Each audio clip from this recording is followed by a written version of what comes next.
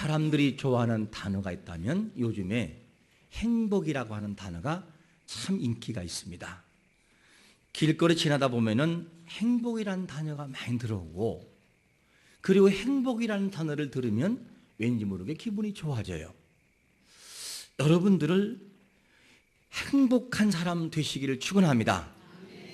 행복한 척만으로 끝나는 것이 아니라 행복의 원리를 배워 진짜 행복의 마음이 여기서 불타오르기를 축원합니다. 이게 중요한 거예요.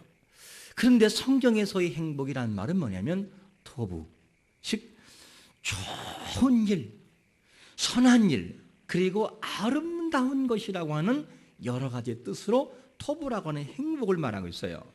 그런데 국어 사전에서의 행복은 어떻게 표기되고 있냐면 한문을 보면 다행행자의 복복자예요. 이거를 푼다면 무슨 말이냐? 이 사회에서 국어 사전의 행복이라는 말은 무슨 말이냐? 행복이라고 하는 것은 복된 운수다. 운으로 봐요. 운수고, 그리고 행복이라는 말은 아이고 운 좋다, 아이고 다행이네, 이렇게 하는 말이 뭐냐? 그게 행복이라는 거예요. 이렇게 사람들은 행복을 복된 운수로 보고 아이고 다행이다 이렇게 말해요. 그러면 운이라고 본다면 세상 사람에 따지는 운은 뭐냐? 이 운이라고 하는 것은 표기가 이렇게 되어 있어요. 이미 정해져 있어 인간의 힘으로는 어쩔 수 없는 천운, 기수, 이런 표현을 쓰고 있어요.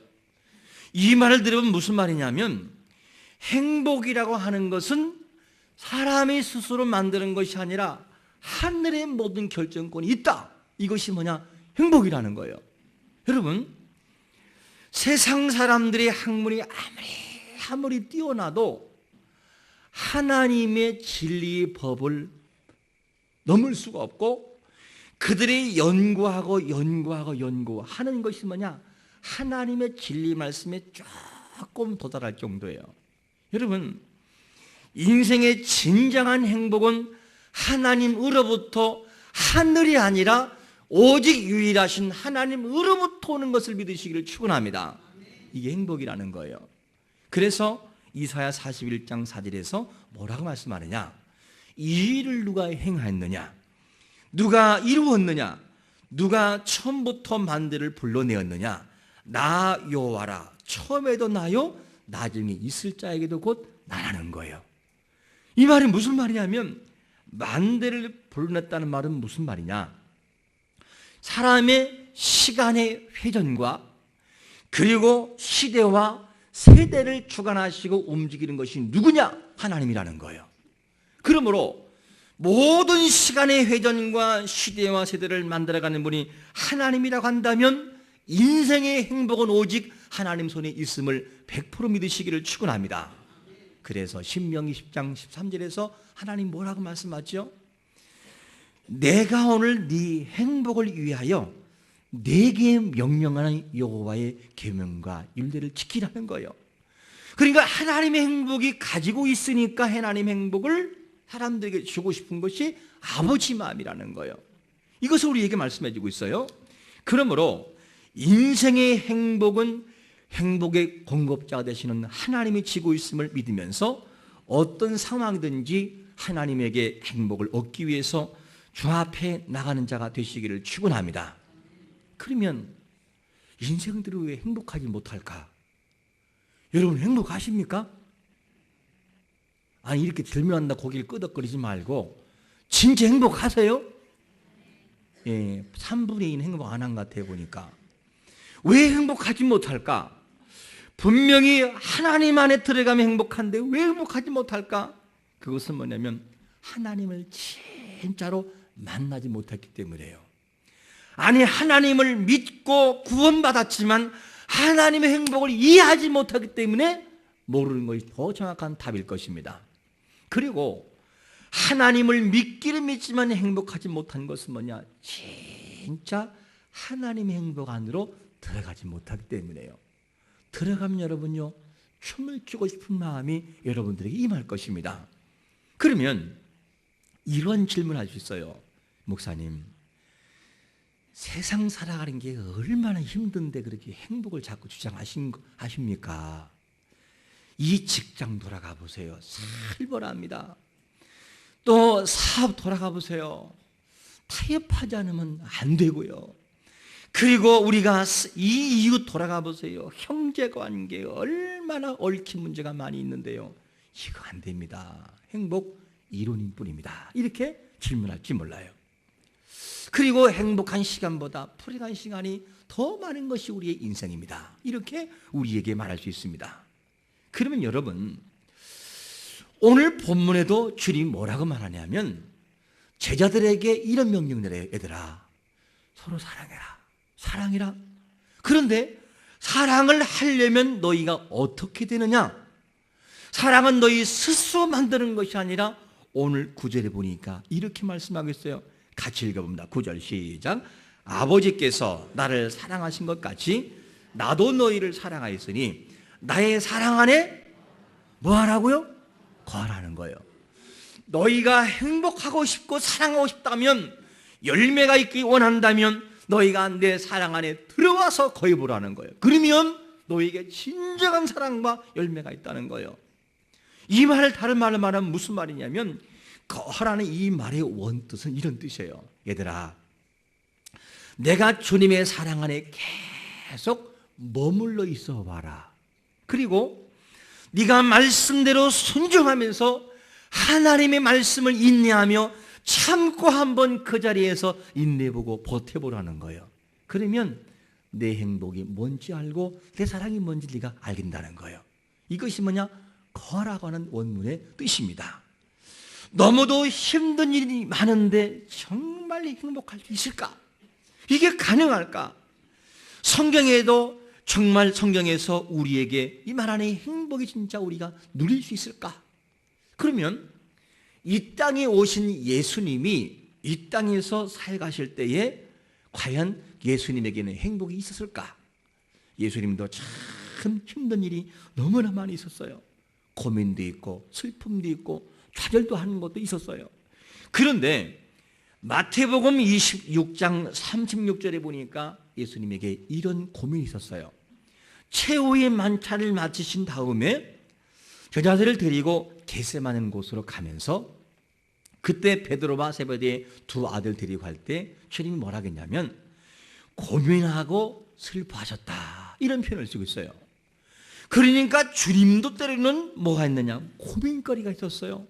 슬픈 일이 생겼었고, 그리고 또 요한복음 2장 14절 이하를 보니까 유월절을 지키기 위해 사람들이 많이 몰려들었어요. 그런데 성전에서 진짜 하나님께 제사하고 예배하는 것이 아니라 뭐 하느냐? 마당뜰에서 장사하기 시작하는데 비둘기 팔고 소 팔고 양 팔고 팔면서 돈을 벌고 이익을 남기는 보니까 주님께서 너무너무 화가 났어요. 그래서 상을 다 엎고 그냥 실직으로 막 동물들 쫓아버리고 이렇게 해서 주님이 속상한 일도 있었어요. 그런데 살아가면서 주님처럼 우리에게 주어지는 현실이 아프고 슬프고 고민이지만, 그런데 주님의 본래의 기본 정서 마음은 어디에 있었느냐? 바로 누가복음 10장 21절에 보니까 그때 예수께서 성령으로 기뻐하시며 이르시되, 이렇게 말씀해요. 예수님의 본 정서와 마음은 어떤 것이냐면 성령으로 기뻐하는 것이 주님의 마음이었어요. 여러분, 이 예수님의 마음은 어떤 마음이냐면 기본 정서가 성령으로 항상 기뻐하는 거고, 성부 아버지의 행복과 마음이 항상 가지고 있는 것이 예수님의 정서의 삶이었습니다.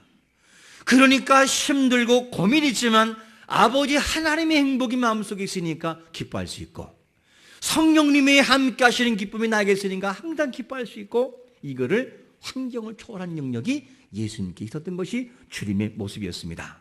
그래서 이 행복의 마음을 주고 싶어서 주님께서 뭐라고 오늘 11절에서 말씀하냐면 이렇게 말씀하고 있어요. 11절 읽어보겠습니다. 같이 시작. 내가 이것을 너희에게 이름은 내 기쁨은 너희 안에 있어 너희 기쁨을 충만하게 하려 함이라. 할렐루야. 하나님의 행복을 여러분들의 마음속에 주고 싶은 주님의 이 마음을 믿고 취하시기를 축원합니다. 그렇게 살기를 원하셔. 주님께서는 이걸 그렇게 주고 싶어하는 거예요. 그 예수님의 마음에 지니고 있는 것은 뭐냐면 기쁨에 있어. 기쁨, 늘 기쁨. 그러니까 힘들고 어려운 일이 와도 그거를 이길 수가 있는 고난을. 그러면 그렇다고 한다면 예수님의 이 기쁨을 어떻게 할 때 우리에게 주어질 수 있을까 하는 것입니다. 오늘 10절에 보니까 제가 읽어봅니다. 이렇게 말씀합니다. 내가 아버지의 계명을 지켜 그의 사랑 안에 거하는 것 같이 너희도 내 계명을 지키면 뭐 한다고요? 내 사랑 안에 거하리라는 거예요. 무슨 말씀입니까? 예수님의 기쁨을 유지하는 것은 어떤 것이었느냐?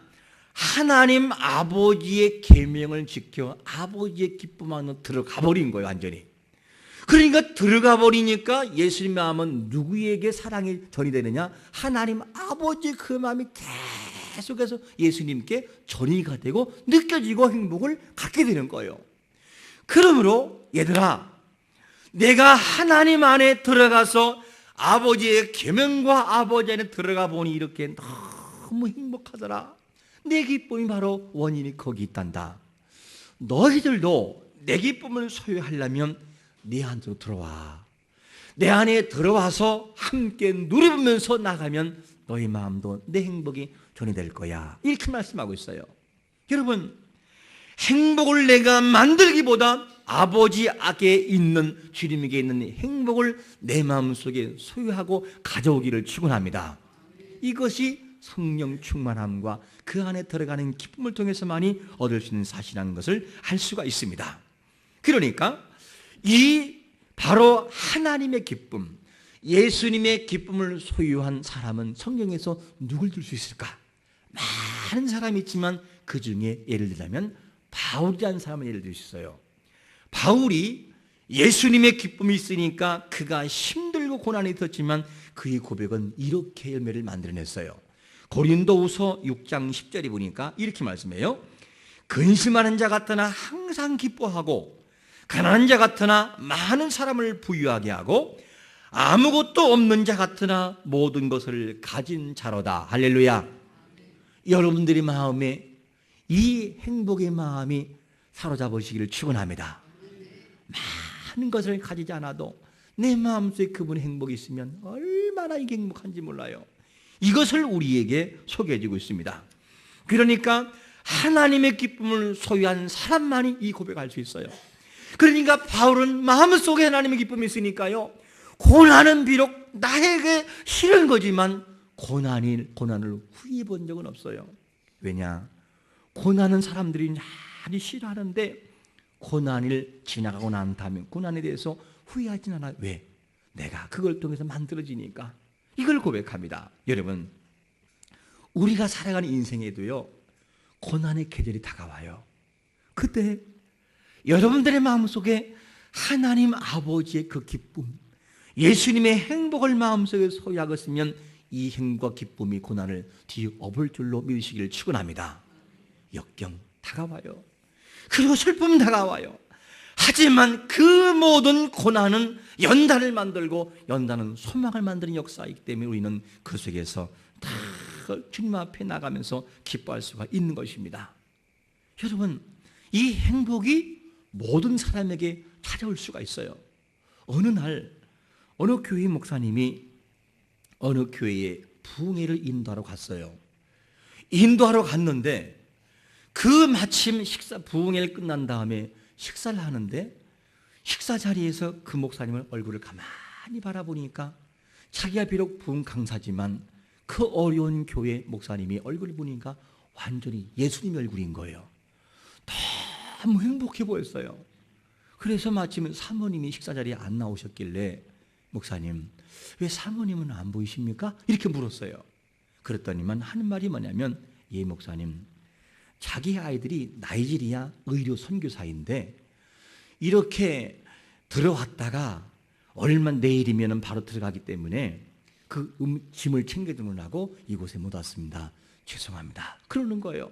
그러면서 이 강사님이 그 목사님 바라보니까 마음이 기뻐서 참 잘 키웠구나. 어떻게 이렇게 잘 키워가지고 의로 선교사까지 나갈 수 있을까? 이러면서 그 선교사가 된 것에 너무나 감사하고 감격하고 있으면서 물었어요. 목사님, 아들이 하나뿐입니까? 그랬더니 하는 말이 뭐냐면 아니요, 둘입니다. 하나는 어디 갔어요? 그랬더니 하는 말이 뭐냐면 아들은 미국 버클리 공대를 나와가지고 미국에서 취업해가지고 지금 잘 살고 있습니다. 부러웠을까요? 안 부러웠을까요? 너무 부러워가지고 참 잘 키웠네. 그런데 이분이 그 교회 목사님이 이렇게 말하는 거예요. 목사님, 저는요 이 두 아들보다 훨씬 자랑스러운 딸이 하나가 있습니다. 그래요? 뭘 하길래요? 어떠니만 갑자기 목사님이 눈물이 글썽을 싹 하면서 이런 말을 하는 거예요. 저는 그 딸에게 한 번도 아버지란 말을 들어볼 수가 없었습니다. 또 들어본 적도 없습니다. 이유가 뭐냐면 그 딸은 태어날 때부터 자폐하라는 거예요. 그러니까 아버지를 아버지로 모르는 거예요. 자기를 낳아준 아버지인지를 모르고 아버지라고 부를 수 없는 거예요. 그러면서 하는 말이 바울은 자기 약점을 사랑했잖아요. 자랑했잖아요. 저에게도 이것이 제 딸의 자랑입니다. 그러면서 이 딸에 대해서 쭉 이야기하는데 그런 말을 하는 거예요. 이 딸이 자폐아로 태어났을 때는요 정말 제가 고민했습니다. 개척기를 하는데 대체 어떻게 이 아이를 데리고 목회를 하라고 이 아이가 왔을까? 너무 마음이 낙심이 돼가지고 울기도 많이 울었다는 거예요. 그러면서 고민하다가 갑자기 미국이 기억난 거예요. 미국은 무슨 천국이에요? 장애인의 천국이에요. 그러니까 이 아이를 미국으로 보내면 나보다 더 행복하게 키울 수 있겠다라고 해서 이 아이를 미국으로 키우기 위해서 마음먹고 그 아내에게 얘기했더니만 여보 그렇게 합시다. 그것이 아이에게도 행복할 것 같아요. 그러면서 결정하고 입양기관에 신청을 접수했어요. 그랬더니만 일주일 후에 연락이 온 거예요. 이제는 입양할 사람이 있으니까 와서 서류를 작성하십시오. 그리고 와서 쭉 작성하는 거예요. 다 한 다음에 맨 마지막 중요한 서류를 작성하는데 그게 뭐냐? 친권자 포기. 이 아이는 오늘부터 당신 딸이 아닙니다. 사인을 하는 거예요. 여러분 같으면 사인하겠습니까? 이 문제를 가지고 소리를 들고 막 떨고 있는 거예요. 아무리 생각을 해봐도 이 소리에 사인할 수 없는 거예요. 내가 난 딸을 내 딸이 아니고 포기한다는 가서 쓴다는 거예요. 도무지 양심에 찔려서 못해서. 그리고 다 찢어버리고 그 아이를 다시 데려왔습니다. 강사님 물어요. 많이 힘들었겠어요. 목사님 힘든 것뿐입니까? 너무너무 힘들었죠. 그런데 마침 이 한 번은 황수관 고 박사님이라는 분이 웃음 치료하는 분이 그럴 만하더라는 거예요. 자기 교회 간증하러 와서 하는 말이 목사님 이 딸에게 함부로 대하지 마세요. 왜냐하면 저 딸은 이 집에 오신 예수님입니다. 그러면서 이 딸이 목사님의 가정에 부어진 예수님으로 오셨다는 거예요. 그러니까 함부로 대하지 말라는 거예요. 그 말 듣는데 하나님의 음성으로 마음을 찔다는 거예요. 그 다음에 목사님이 이 아이를 키우는데 힘든 거예요. 왜 신방 하려면 이 자폐 아이를 데리고 막 하면 못하니까 어떡하냐 방법이 개척이 하니까 아이를 집에 넣는 건물 열쇠로 잠그는 거예요. 그러면 방 안이 온통 어질러지고 막 변도 보고 완전히 화장실로 변해 있는 거예요. 그럴 때마다 너무너무 힘든데 그런데 지나고 보니 하나님이 그것이 은혜였습니다. 그러면서 얘기하는 것이 뭐냐? 이 동생을 낫게 보려고 두 아들이 공부를 하기 시작하는데 열심히 공부해서 이 딸을 동생을 고쳐보려고 의사가 됐다는 거, 의사. 그리고 또 아들은 버클리대 공대를 나와서 미국에 취업했다는 거예요. 이런 은혜가 동생을 통해서 오빠들 변화시켰고 자기는 이 장애인들을 그냥 보지 않고 사랑의 마음을 가져가다 보니 장애인 복지를 2개나 개설하게 됐고요.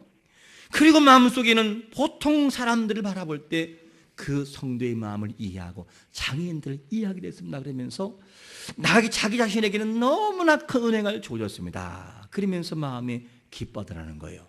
여러분, 빌립보 2장 5절에 말씀합니다. 너희 안에 이 마음을 품으라. 곧 그리스도의 마음이니 비록 힘들고 어렵지만 그 마음 속에 하나님의 마음이 있는 자들에게는 행복할 수 있는 마음의 여유가 있음을 믿으시기를 축원합니다.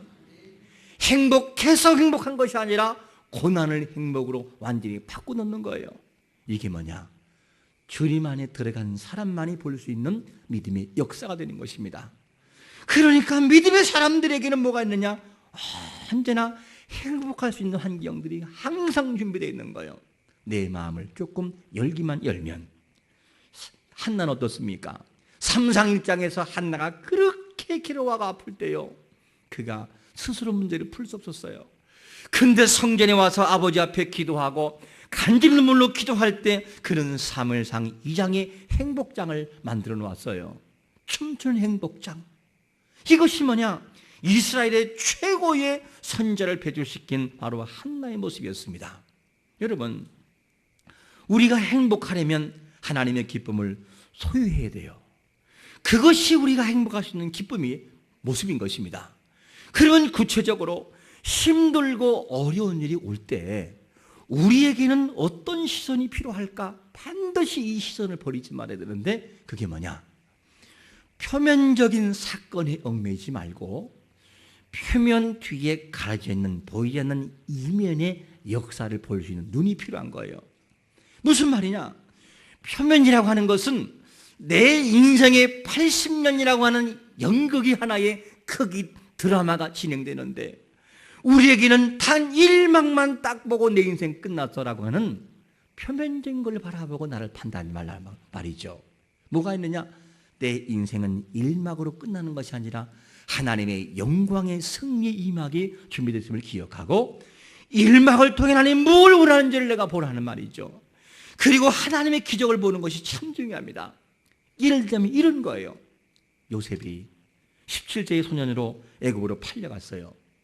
그런데 팔려갈 때요, 그 표면적인 역사는 뭐냐면 형들이 동생을 팔았어요. 너무 형들이 미워요. 용서가 안 돼요. 용서해서도 안 되고 반드시 보복을 해야 돼요. 이것이 표면적인 역사예요.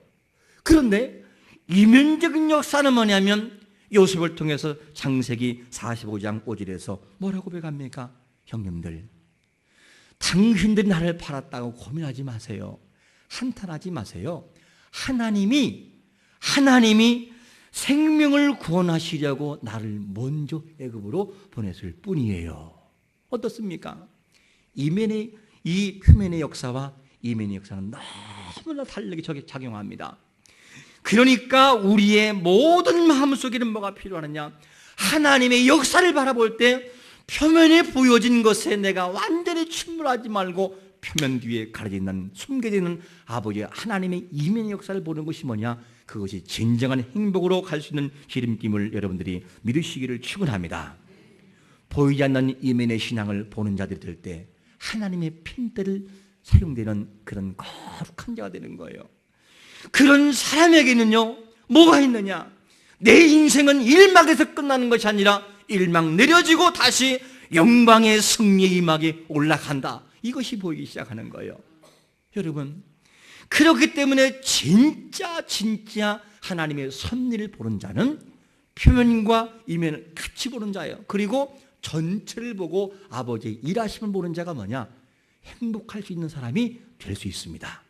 우리가 그동안 너무나 표면에 머물러 있다면 보이지 않는 이면 역사를 볼 수 있는 눈이 열리기를 축원합니다. 이게 될 때 우리는 행복할 수 있어요. 그런 사람이 되어야만 됩니다. 여러분, 여러분들의 인생 믿음의 역사의 무대에서 1막은 내려져 있고 다시 2막이 열릴 것을 믿으시기를 축원합니다. 이것을 보아야 돼요. 그러므로 여러분에게 묻고 싶어요. 정말 행복하고 싶습니까? 또 행복한 인생이 되고 싶습니까? 그렇다면 오늘 10절 돌아가셔야 돼요. 다시 한번 10절 말씀 같이 읽어보겠습니다. 시작. 내가 아버지의 계명을 지켜 그의 사랑 안에 거하는 것 같이 너희도 내 계명을 지키면 내 사랑 안에 거하리라. 할렐루야. 주님의 그 마음이 아버지 앞에 들어가 아버지의 행복이 주님께 전이됐듯이 너희들도 내 안에 들어와서 있으면 내 행복을 받을 수 있다는 거예요. 이것을 우리에게 소개해주고 있습니다. 이 말을 다른 말로 말하면 사랑하는 아들아 그리고 딸아, 내가 아버지의 계명을 지켜보고 그 안에 들어가서 말씀대로 살아보니까 너무 내가 행복하더라. 그러니까 너도 내 안에 들어와서 내 행복을 경험해봐. 그러면 너도 행복할 거란다. 이 행복이 바로 하나님 아버지 행복이고 그 행복한 성도를 바라보고 자녀를 바라보는 것이 하나님 행복이라는 거예요. 여러분, 오늘도 우리의 삶에 예수님의 행복이 마음으로 흘러넘쳐 고난과 역경의 물줄기를 완전히 행복의 물줄기로 바꾸는 행복한 성도가 되시기를 예수 그리스도의 이름으로 축원합니다.